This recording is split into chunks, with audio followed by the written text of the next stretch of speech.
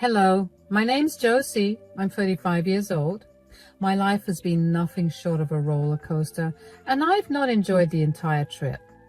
I recently happened to run into my ex-husband and I got revenge on him. Let me start by telling you about my ex-husband, Mike. Mike and I met at college. It was pretty much love at first sight for us. We dated throughout college and we knew that we wanted to be with each other for a long time. So even though I had moved away from my home state to go to college and had planned to go back, I stayed in the same state as my college to remain with Mike. My parents were not really happy with that, but they respected my decision. They did tell me that they would not help me if I fell on hard times, and I accepted that condition. After we graduated, I moved in with Mike.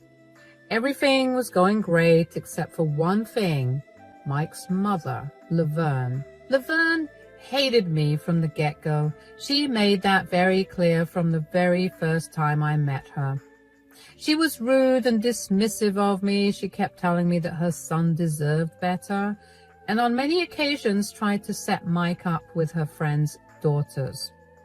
Mike never really said anything to his mother, and whenever I confronted him about it, he would tell me that's just how his mother was.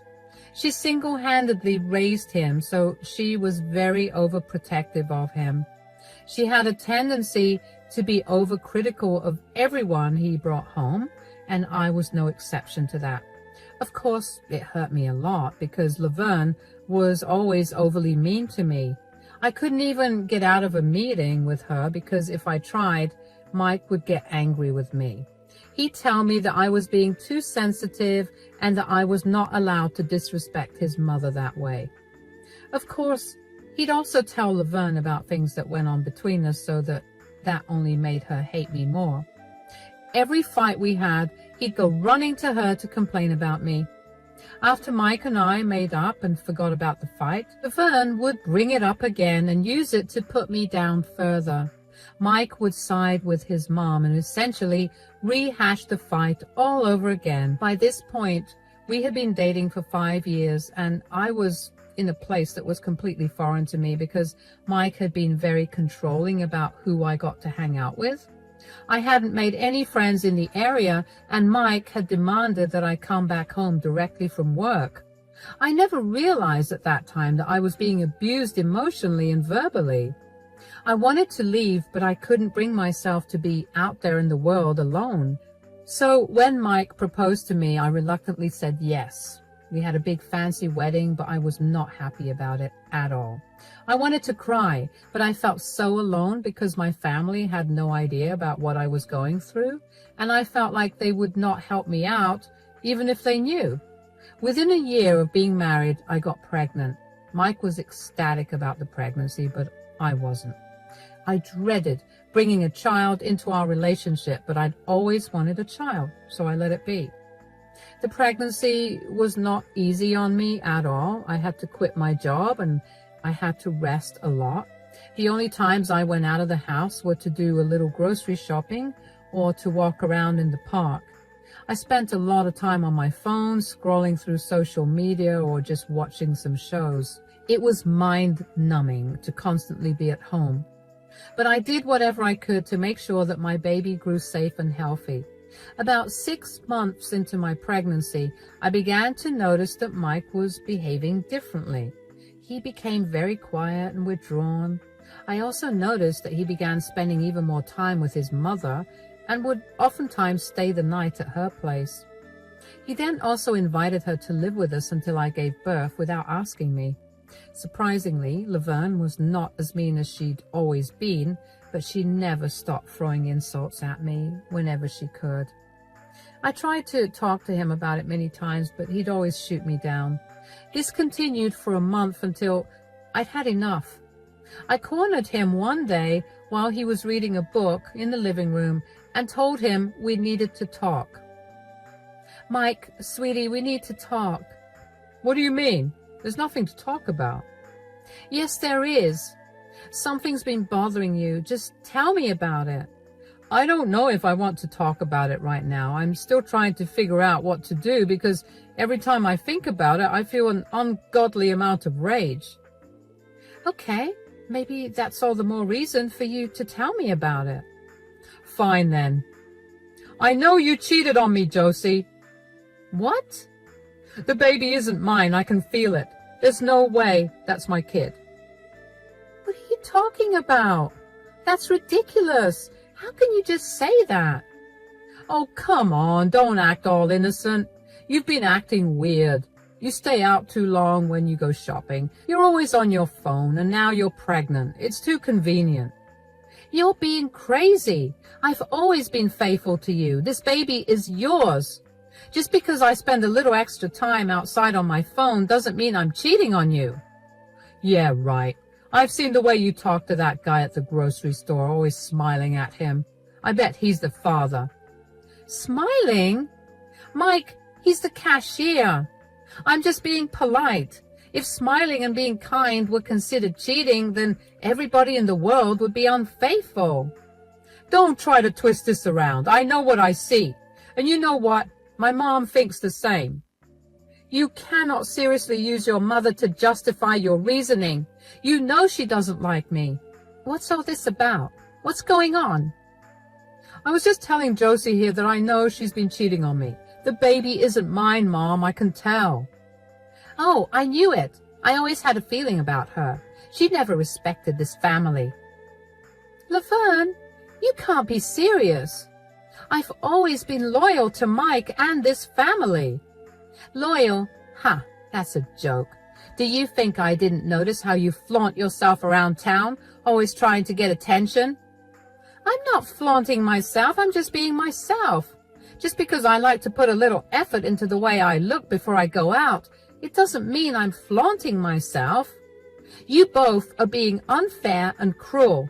Josie, don't play the victim here. You're not as innocent as you pretend to be. Mike, this is insane. I haven't done anything wrong. We can get a paternity test done right now if you want. I have nothing to hide from you, nor have I had a reason to cheat on you.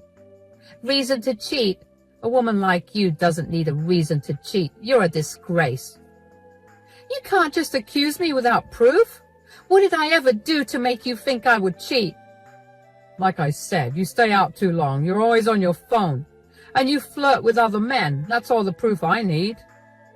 That's not proof. That's paranoia. I'm not cheating on you. You need to trust me. Trust you? How can anyone trust a woman like you? Mike deserves better. Laverne, I have never given you or Mike any reason not to trust me. This baby is Mike's, and I won't let you two bully me into thinking otherwise. I'm not going to raise someone else's kid, Josie. So you have two choices, abort it or leave my house. How can you say that? How can you be so heartless? Oh, stop with the drama. Mike gave you a choice. Either abort it or leave us alone. I can't believe you both. After everything you think so little of me? But fine, if that's how it is, I'll leave. But just know, Mike, you're making a huge mistake. The only mistake I made was trusting you. Get out and take that baby with you. You'll regret this, I promise you that. Just leave already. Good riddance. I went up to our room with tears running down my face. I could not believe that Mike thought so low of me. I had never once even thought of cheating on him. Was I miserable in the relationship? Of course. But did that mean that I wanted to cheat on him? Absolutely not. If there's one thing I hate, it's cheaters. That was something I made very clear to Mike from the start of our relationship. I knew that these thoughts were not his alone. I was sure that Laverne had slowly been feeding him those thoughts so that he could get rid of me, and he listened to her. The Mike I knew would never have asked me to abort our child. I packed all my bags and made my way to my car. Mike did not try to stop me. Instead, he simply told me to leave my keys by the door. I didn't have much money except for the little amount I had in my savings. I managed to find a woman's shelter, which is where I stayed for a while until it was time for me to give birth. My mother flew in to be by my side, and after I'd given birth, she asked me where Mike was. I broke down crying and told her everything that happened. She was shocked about it and was really angry with Mike. Even as a baby, it was very clear that the child I birthed was Mike's. I named our child Jake, and my mom promised to help me out. We compared living expenses in both states and realized that the state I was in was a lot more affordable. My mom pulled some strings and managed to get me a decent job, which I started working 3 months after I gave birth. My mom stayed with me for a year to help take care of Jake, and my dad would fly in every few weeks to make sure I was doing okay too.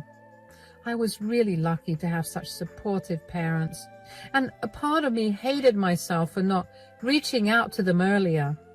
I also got served with divorce papers from Mike, and I didn't even bother contesting it. I made sure that Mike hadn't played around with the conditions and then signed the papers.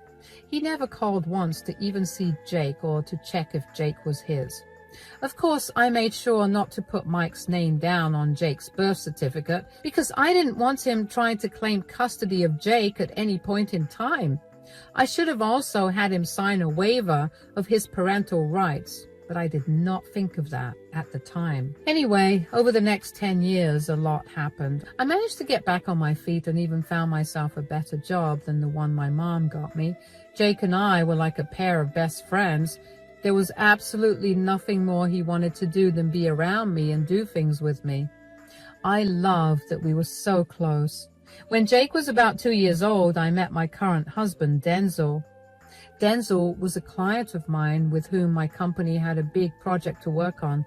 We ended up spending a lot of time with each other, and we quickly realized that we had feelings for each other. We waited until the project was done before we started dating. I made it very clear to Denzel from the start that I came with Jake, and that I'd always choose Jake over him. Denzel was very understanding of that, and after dating for 6 months, I introduced him to Jake. The two of them got along really well. Jake fell in love with Denzel and began asking for him all the time. Denzel also loved Jake dearly, and every time he came over, he'd bring something for Jake, be it food, toys, or even clothes. He quickly took on a fatherly role, and it made my heart swell with even more love for him. Denzel and I only dated for 2 years, but we knew that we were it for each other. We had a small courthouse wedding, and we moved in together. Denzel was an amazing father to Jake, and when Jake turned 8, Denzel legally adopted Jake. Everything was going great, and I loved my new life. 2 years later, while at the mall with Denzel and Jake, I heard a familiar voice call out to me. I was alone with Jake, while Denzel had gone to the washroom. My stomach was heavy with dread as I turned around. "Josie? Is that really you?" "Mike, what are you doing here?" I didn't expect to see you. And who's this young man with you?" "This is Jake, my son." "Your son? But he looks just like me." "That's because he is yours, Mike. Do you remember accusing me of infidelity when I was pregnant and telling me to leave? Funny how things turn out, isn't it?" "Oh my God, what have I done? Josie, I owe you an apology. I was wrong about everything. I should have believed you when you said Jake was mine." "Do you seriously think an apology will fix everything that you put me through? You accuse me of things I'd never do, and also tried to force me to do something I could have never done."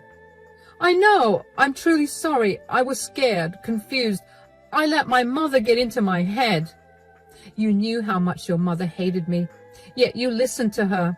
You knew how hard she tried to ruin my reputation on several occasions, and you still let her fill your head with garbage. I know, and I've come to realize how toxic that was of me to do. But seeing Jake now, I can't deny he's my son. That doesn't change what you did, nor does it take back all the mean things you and your mom said to me while we were together.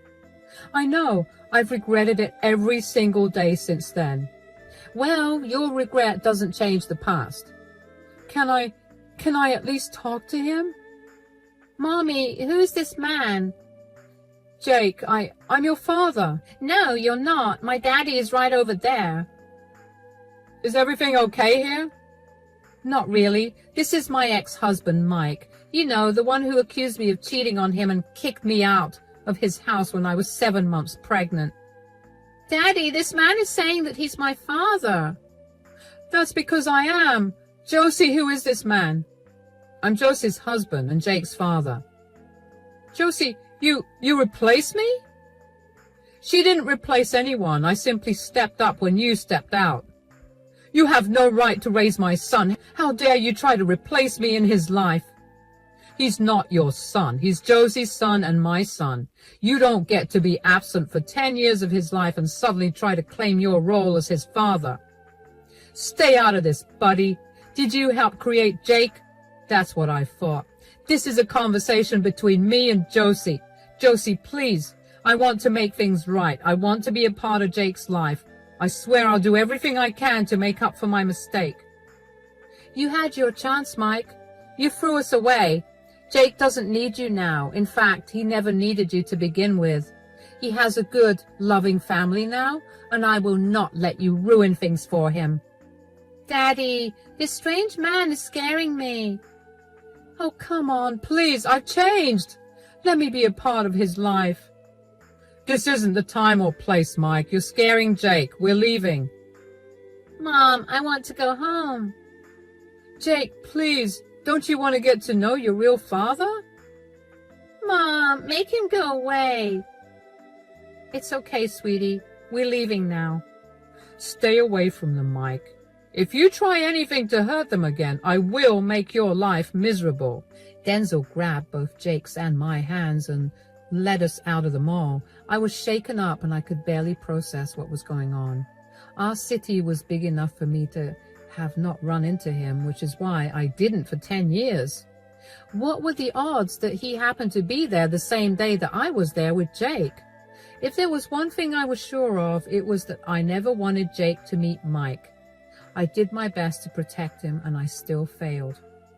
Jake was a crying mess because he could not believe that Denzel wasn't his dad. He hated Mike and made me promise him over and over again that I wouldn't let him be near Mike again. I promised him that I wouldn't. In the next few weeks, I felt very on edge. I kept wondering if I'd run into Mike again. But thankfully, I didn't. Unfortunately, there was something worse coming, and I should have been prepared for that. About a month after we met Mike at the mall, I received a letter in my mail. I had been summoned to court because Mike wanted to get custody of Jake. I felt my heart drop and dread fill my entire body. I must have looked really shocked because when Denzel walked into the room to see me holding those papers, he looked really concerned. What's wrong? Why do you look like you've seen a ghost? I got served with these papers. What's this? Apparently, Mike has filed for custody rights of Jake. What? He went 10 years without any contact whatsoever with us, but now that he saw that Jake looked just like him, he wants to be a part of his life. Okay, before I lay down a game plan for you, how do you feel about this? I mean, what else do I feel other than dread and anxiety? I do not want that man near my child at all. He does not get to be around Jake after trying to get me to abort him. I know, and I will make sure that doesn't happen. What do you mean? Right before we left the mall that time we saw him, I told him not to mess with you guys. Since he still went ahead and did this, I'm going to make his life miserable. How will you do that? My dad has a ton of connections, and that means that he's affiliated with a lot of great lawyers. I'll get you the strongest legal team to make sure that you have sole custody of Jake. There's no way I'm going to let that man near my family. That's really sweet of you, darling, but won't that be expensive? Knowing that you and Jake are safe and happy is priceless. So this small amount of money that will secure that future for you two doesn't matter. You're amazing. Did you know that? What did I do to deserve someone like you? You and Jake are incredible. You've been through so much and you still have it in you to smile every single day. That's something I would not be able to do if I was in your shoes. If anything, I'm the one that's lucky to have found you. Oh, shut up. Anyway, you have nothing to worry about. I'll make sure that nothing will come between our family, especially not that sleazebag Mike.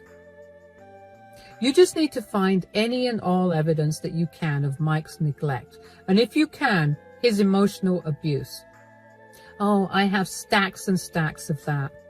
I kind of had a feeling that this could happen, so I tried to maintain as many records as possible of Mike's absence and neglect of Jake. Then this will be over before you know it. That's a huge relief. Now, with that out of the way, for the time being, let's discuss what you want to have for dinner. Words cannot describe how lucky I was to have Denzel by my side.